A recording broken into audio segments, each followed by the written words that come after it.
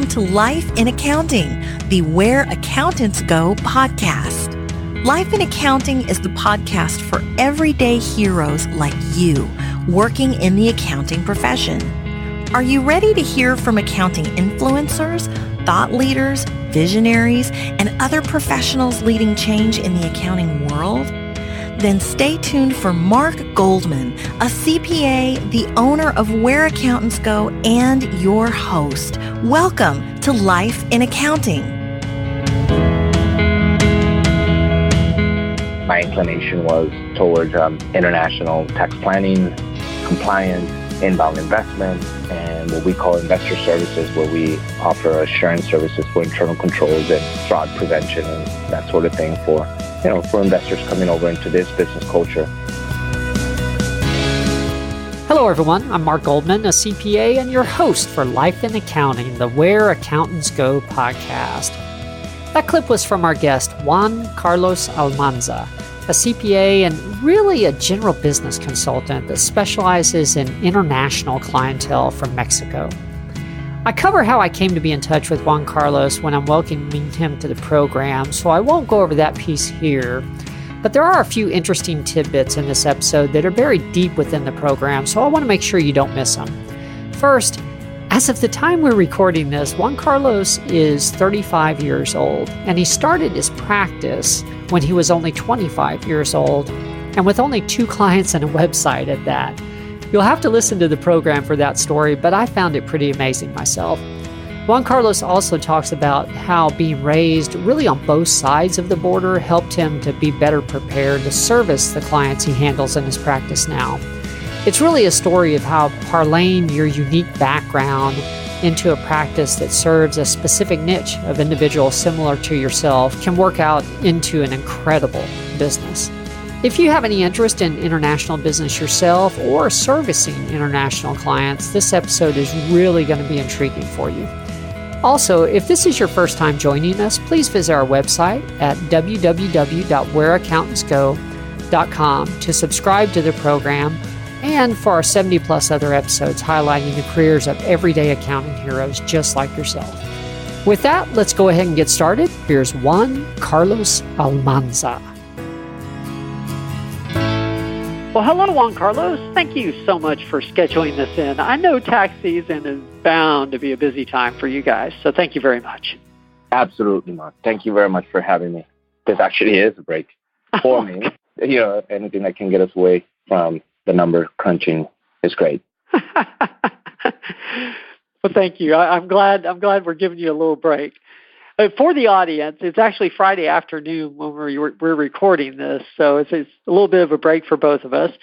I have Juan Carlos Almanza, a CPA and business owner, on the line with us today. I invited Juan Carlos on the show because he happens to be a local San Antonio businessman, and I've noticed how much he's grown his practice over the last few years. Plus, we both happen to be in a business owners group called the Alternative Board, and he came very highly recommended from the leader for that organization in San Antonio, Don Maranca, who was also a previous guest of ours. Juan Carlos, I definitely want to get into all your current business ventures because actually when I think of you, I think accountant, but I also think businessman. And so I'm really curious to hear the rest of the story. But I want to make sure we let people know how you got into accounting in the first place and sort of how you've progressed from that initial starting point. What initially led you to accounting as a possible career in the first place? Good question, Mark. I guess to answer that question and to get some context behind it, I would have to explain how I grew up and where I grew up and how I was raised in order for me to truly explain it. So sure. To answer that question, I was born in Laredo, Texas, and was raised on both Laredo and Nuevo Laredo, Mexico, which is the Mexican side of the border. When I say raised in both Laredo and Nuevo Laredo, what I mean is went to school in the U.S. So I was schooled under the U.S. academic system. But at 3 o'clock every afternoon, we would go back and live a normal Mexican childhood. That being the case, I was raised very bicultural. My father is a doctor and my mom is a teacher. And I always, the norm is I'm going to be like that. He's my role model and my mother. So it just automatically, I always thought I would become a doctor. My grades had always been not excellent, but not terrible and not average, a little bit above average. So they were good. And I was always very confident growing up in many things, but academics for me was it was a good challenge. It's something I knew I could do. So whenever they would say, doctor, medicine, wow, that's good. And that's a big aspiration. And for me, it was like, well, if my dad did it, I'm going to do it as well. And that was it. I didn't give it too much thought until about senior year. So when senior year came around and I went to a private high school, which I'm very fortunate to have done because St. Augustine High School in Laredo really pushes the academics portion of it, which just like every teenager, I think you need that push. So senior year came around and I remember it was about a week prior that you had to give your definite answer to the counselor as far as what it was you were going to do and what college you were going to attend. Hadn't given much thought to it because in my mind, I had already set my mind and I was going to be a medical doctor. My whole family is U.S. citizens, so we grew up in Laredo, Texas. But we were born in Laredo, but my father always, he didn't go to a U.S. school system, always in Mexico, everything in Mexico. So he attended a Mexican university, the Autónoma de Guadalajara. And I figured I would go there too. So when I found out when it finally dawned on me that I knew U.S. history, Philadelphia, 1776, the Civil War, 13 colonies, the Great Awakening, it dawned on me that I didn't know much of Mexico historically and academically. I just didn't. When it came to the math portion, in Mexico, a big part of the curriculum is since elementary. You know mental math, which is not the case, obviously, for the U.S. system. You can give me a calculator and I can calculate anything you want, but mental math is not how we're taught. So knowing that, I was told, I had to take some remedial courses. And number one, medicine is a long career. And two, just remedial courses were not for me. And I was just not having it. So I was taking, at the time, an accounting course, which I happened to enjoy. And since I needed to make a decision within a week, I said, I'm going to go for accounting and I'll just change it later. Turns out I never did change it and I stuck to it. It wasn't a thought out decision. It really wasn't. It was a little bit under pressure. But when it dawned on me that I wasn't going to become a doctor, then the second item on the list was accounting, and it was just by chance. It just happened to be a course I was taking, and for some reason, it popped in my mind when I had to put it down. So I did. Interesting. You were meant to be an accountant because you waited till about 1 week prior to the deadline to make the decision. I think so, you're deadline oriented, see? I think so. So where did you go to college then? I went to UTSA. So that's when, in 2003, I came to San Antonio. I stayed in Laredo for personal reasons. We used to have a ranch in Laredo, and I helped out my dad with the horses and all that. So I said, and there was an economics issue for me. So I said, okay, I'll attend community college here in Laredo. And then when I'm ready, I'll see where I would transfer. Then a couple of friends were coming to San Antonio, and I decided to come up to San Antonio as well at UTSA. I wasn't moving here without a job. So I was working at a bank in Laredo initially, and I transferred over with the bank and ended up going to UTSA, working full-time and studying full-time. Okay. So you get your accounting degree at UTSA. I guess at what point did you start thinking about the CPA certification? And also, what was your first job out of college? My first job out of college, so when I was going to college, I was fortunate enough to find an internship program at Isaac Ayala & Associates with Lieutenant Colonel Isaac Ayala, retired. And I was doing my internship there. He happened to have been referred by one immigration attorney, so he was getting a lot of international clients. And naturally, my upbringing, I think it is a good fit because, as I was saying, I grew up on both sides of the border, and I did not elaborate as far as what is different. Now that I think about it and talk about it, it really is a peculiar way of growing up because it's every morning, 6 a.m., you will wake up, cross the border, go to U.S. academic system, 3 o'clock come around, go back, and live the Mexican life with Mexican shows and Mexican traffic signs and language and culture and everything else. And I guess that's how you explain I'm a better basketball player than soccer player because of the way I grew up. So when I took this internship program and working with the international clients, it just, for me, it was very natural since my parents still lived in Nuevo Laredo and being a doctor and having his own clinic, he still had to deal with, the Mexican taxes and the Mexican financial system. So when these clients came over, for me, it was like, I can actually bridge the two. I can inform them or do a comparison of the U.S. business culture versus the Mexican business culture, which you really have to understand the way they look at things so that you can really make a comparison. So I've always been a proponent of it's not the same to be bilingual and know the words than to actually feel it. Words have different meanings and the translation sometimes doesn't translate the same. So when I had this internship, it really, started giving me purpose. And, not to feel overconfident or anything, but I always thought I was special, since I was a young kid. But when I started having that first, at 23 years old, that first sit down and I'm actually consulting, right? Because, and maybe not in technical matters, but just general matters, just things that came natural to me because I understood both sides of the border. And knowing that somebody was listening and that this information was actually very valuable to me, that just got me. So I knew that this was what I wanted to do as a career. It's not my sole mission in life, but it is my career, my professional career. And I really said, I could do this. So as confident and competitive that I am, I said, well, what's the pinnacle of this career? And it was the CPA certification. So I made a decision early when I was an intern that I had to take certain hours of courses and needed to sit for the CPA exam and become a CPA, and made the decision, and that was it. I just pursued it. Never thought twice about it. Wow. Well, that's interesting. Your upbringing, as you said, really helped you prepare for these clients. That is amazing because they're coming to you, and here at a very young age, you understand exactly what their challenges are, and because you've been there. So, wow, that is interesting. It's like your childhood was an internship for what you do now. I think so.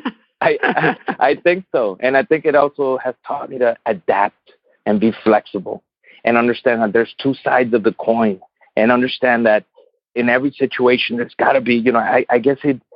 And like you said, I'm not the only one. There's a lot of my friends, my family, and the people that continue to grow up in the border. It's just, it kind of, you appreciate that once you go back to it, and it's like, how can you explain that I could maybe go into a situation and on my feet start thinking about it and coming up with a solution and start doing comparison and contrast and start doing strategy. And I think it had to do a lot with that switch, right? Because 3 o'clock, normally, the way my girls are growing up here in San Antonio, 3 o'clock, they get out of school and they might find that the neighbor went to the same school. So they continue that, whatever it is that they were doing in the playground at school, they continue to do it here. But for me, it was, you go back to a different country where there are no zoning restrictions, and the people around the block might be older than you and younger than you and might not come from the same background and might be good and then not so good and that sort of thing. So, and you get to hang out with other people. So you have to adapt really quick because, you needed to fit in. So fitting in all those different blocks, not to mention that I switched schools and I mentioned like 8 times while I was growing up. So, constantly it was, and I still have my best buddies that I grew up with. So it kind of also shows that when you make that also connection with those people that really mean to you, that you stick through it. But every other situation, you just fall into it. So as I reflect back on it, it really is, it had a lot to do with how I think and how I conduct myself in different settings. So how long were you at Isaac Ayala's? And then I guess tell us about what led up to you starting your own business. What was that transition like? Yeah, so with Isaac Ayala Associates, I started there 2004, I believe. I was there as an intern. Then I graduated in August. I graduated in December 2006. But prior to graduating, I became engaged to Melissa. So on August 2006, I got married to Melissa, also Almanza. And It was a semester prior to graduating. So I was scheduled to graduate in December 2006. And throughout that semester, when we got married, I moved out of the apartment I was living with one of my best friends and got my own place. But I was still earning that entrance salary. So Mr. Ayala, being the wonderful man that he is, he knew I'd been recently married. And he said, well, Melissa can come and help us out with the administrative function. Or, she can file or do this and that. And Melissa, being as bright as she is, she went to Isaac Ayala as well. And within 4 months, she had picked up accounting, and she was, doing sales tax reports, payroll reports, income tax returns, bookkeeping, reconciliation, classification. I mean, she was doing the whole works, and she's a psychology major. But that goes to say how her mind really works too. So at 16, to a little bit of background on her, and before we get into the businesses and the great compliments you were giving, Mark, as far as, how we've grown the business, and that, I think it really has a lot to do with, the person I married. So Melissa, at a young age, 16, she moved out of her home and she went to college in the U.S. not knowing English, right? So she absorbed English. By the time I met her, she was 19 years old, and she could speak without accent. She could write, she could read, she could grammar from knowing nothing. So to me, that was always amazing, right? The way her mind worked, like a sponge. So August 2006 came around. We needed to bring income home. So Mr. Ayala offered her an administrative position. A couple months went by, and she already had her client.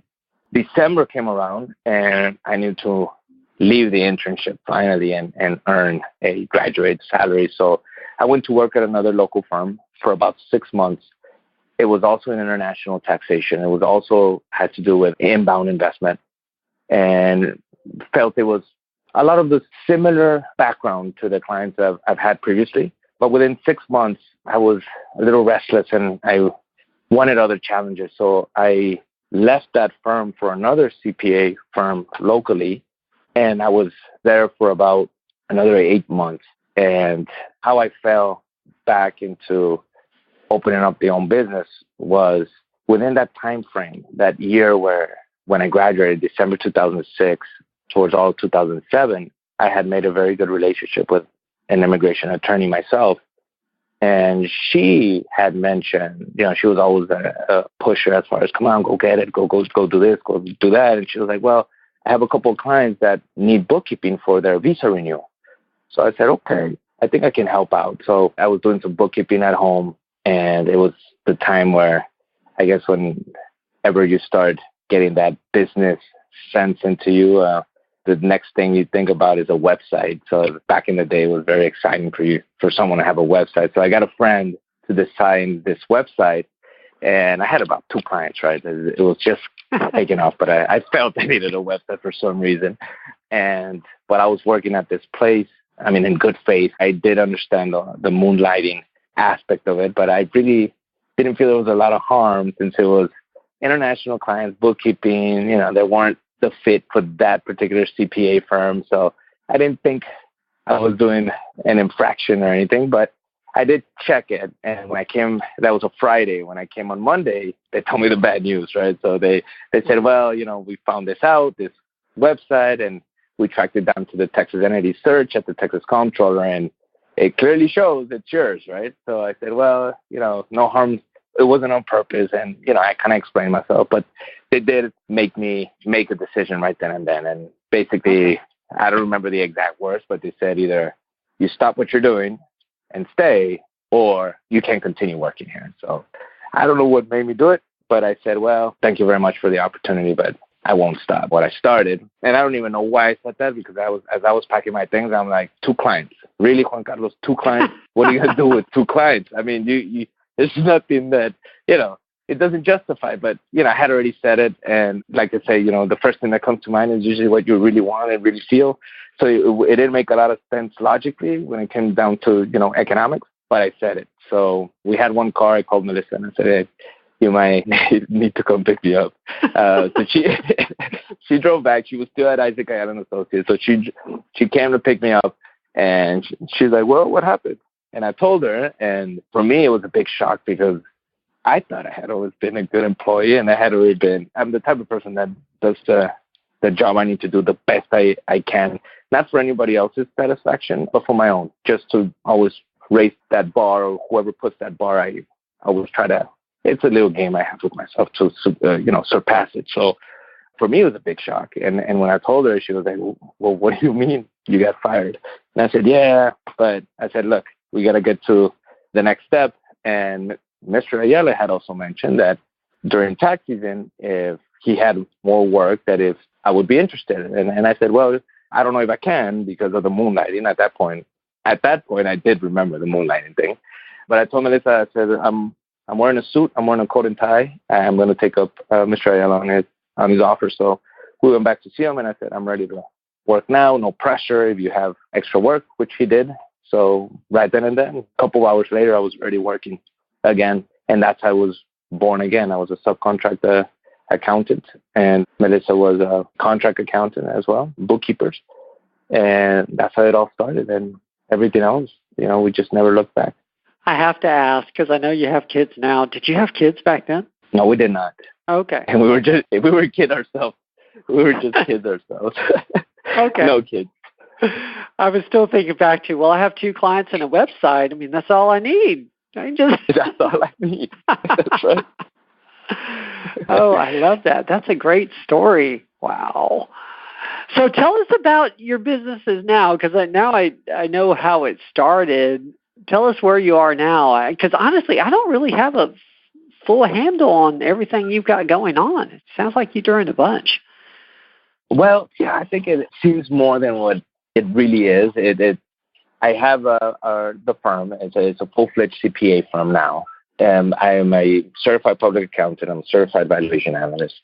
And we have offices in Monterrey, Mexico, and Mexico City. So when I got certified and opened up the firm, naturally, my inclination was towards international tax planning, compliance, inbound investment, and what we call investor services, where we offer assurance services for internal controls and fraud prevention and that sort of thing for investors coming over into this business culture and not being fully aware of business matters here.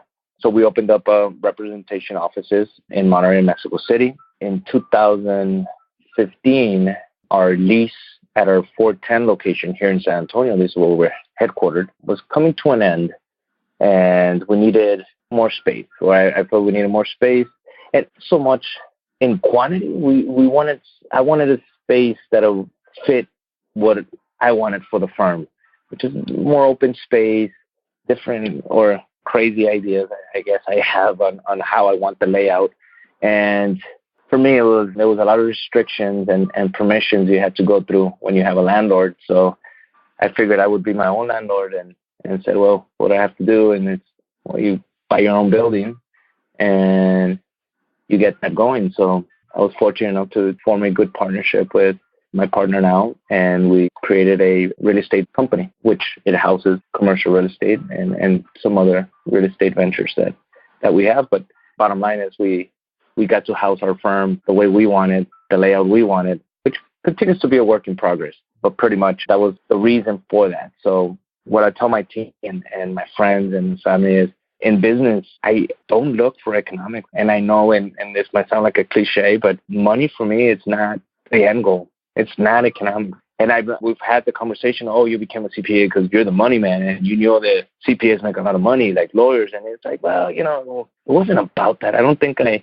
knew I would be well off, but not because I would be a CPA, or it's just having this very good vision of what you want out of life and what you want for yours. And everything else just kind of falls in place. So going back to the question about how I decided to go into accounting, and going back to the story of, it was a week prior to the accounts, right? I really do feel that it was somehow, subconsciously, I pulled that in and it kind of fell in my lap. And that's the way it's been the story over and over again with everything that we do, is we base it on good principles, good philosophies, which is truth and justice for us. And I'm going to tell you from day one, that's the speech they get. And it's truth and justice. We do that.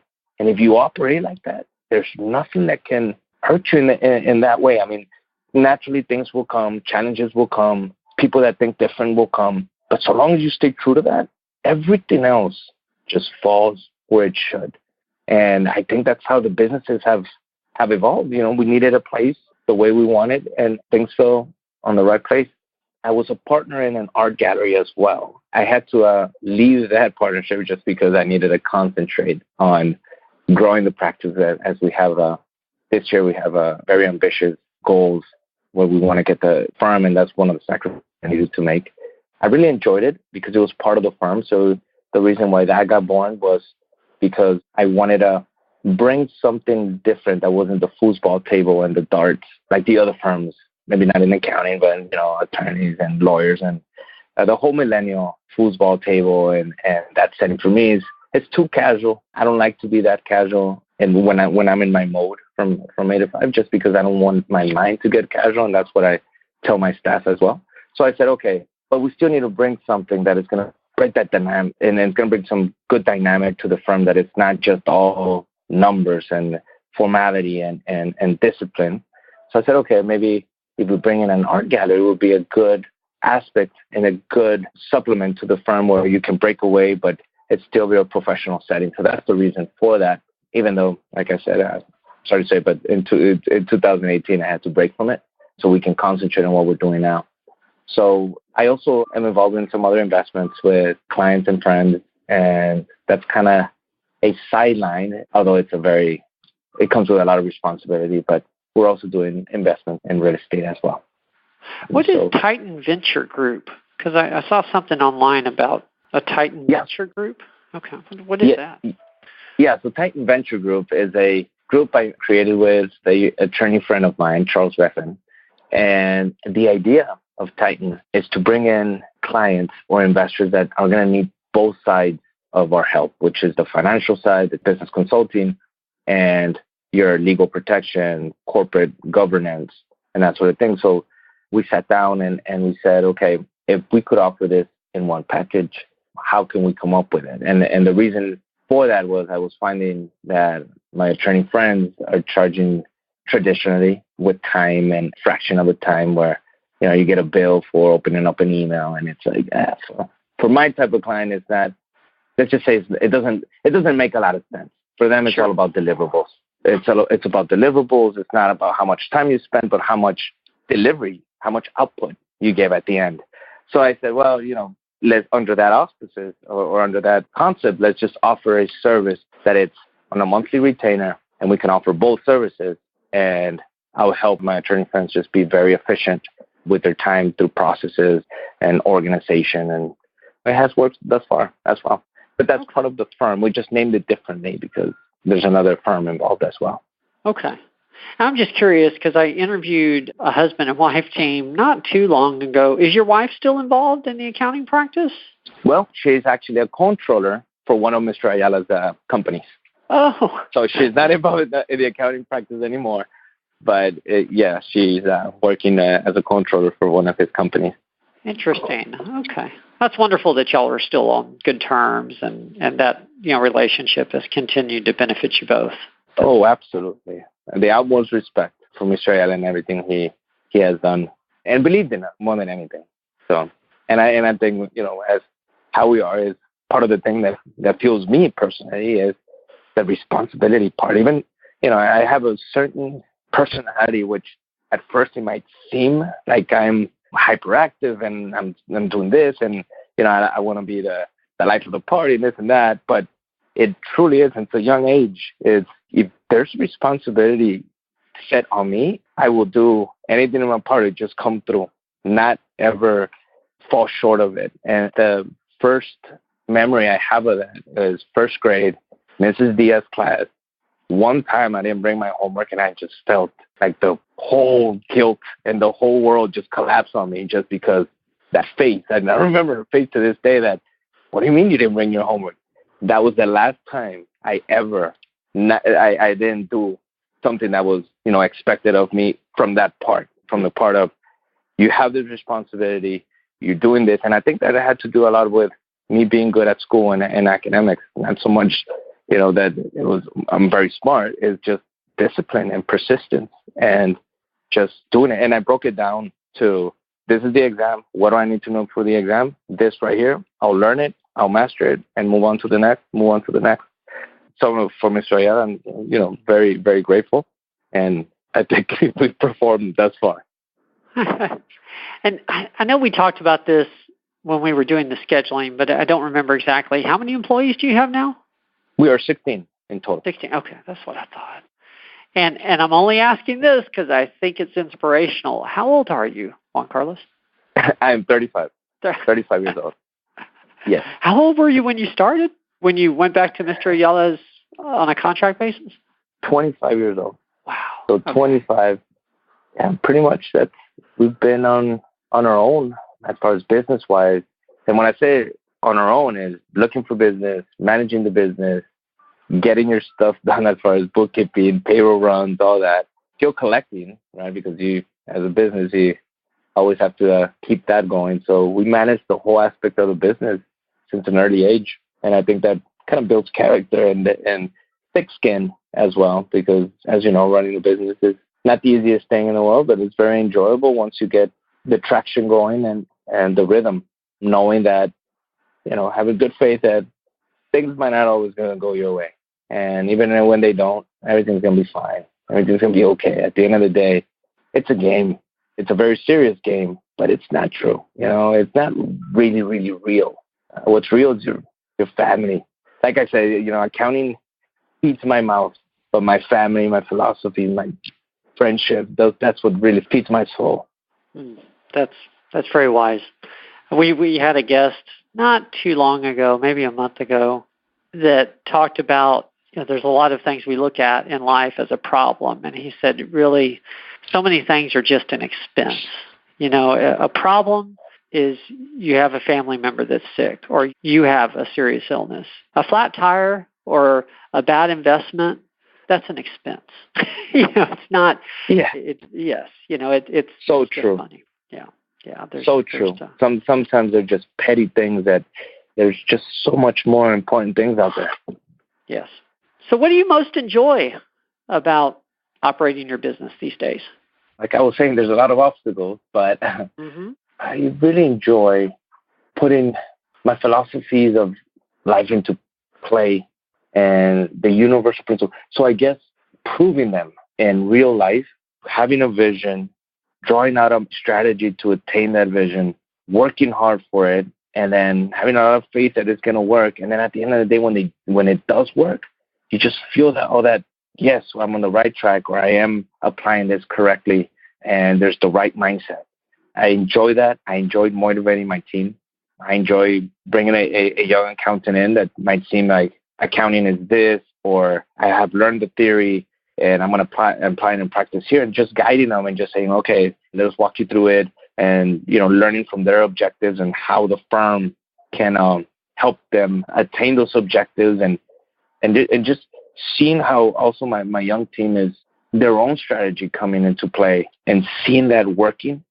I mean, it's good satisfaction. It's just good satisfaction that what we're doing is in the right direction. And if it wasn't, I'm a firm believer that if it wasn't, the universe would not pay us the way it is, which is, it continues to bless us with good results, good outcomes. And we continue to add more people to our team that are like-minded individuals. That to me has just been the most rewarding. What has surprised you about operating your business that maybe you didn't anticipate in the beginning? Or if there's nothing there, what is one of the biggest challenges been? Well, challenges and surprising. I got to say, for me, how true the division of the two worlds really are. That division of the personal life and the business life. I mean, growing up, you have certain, you watch certain movies, you read certain things, and I guess I can boil it down to that. That saying from Michael Corleone when he's like, it's not personal, it's strictly business. Well, I can honestly say, at first I would say, yeah, right, it is personal. You're just trying to sound cool and say strictly business. But it turns out that he's not lying. And I'm a firm believer, too, that there are those who can understand that there's two different worlds out there and can understand and to operate and divide personal matters and feelings and emotions from business matters. And that world can be truly successful in business. Do you agree with that, Mark? Yes, there are tough decisions you have to make sometimes, and like you said, it's not personal. It just someone has to make the call.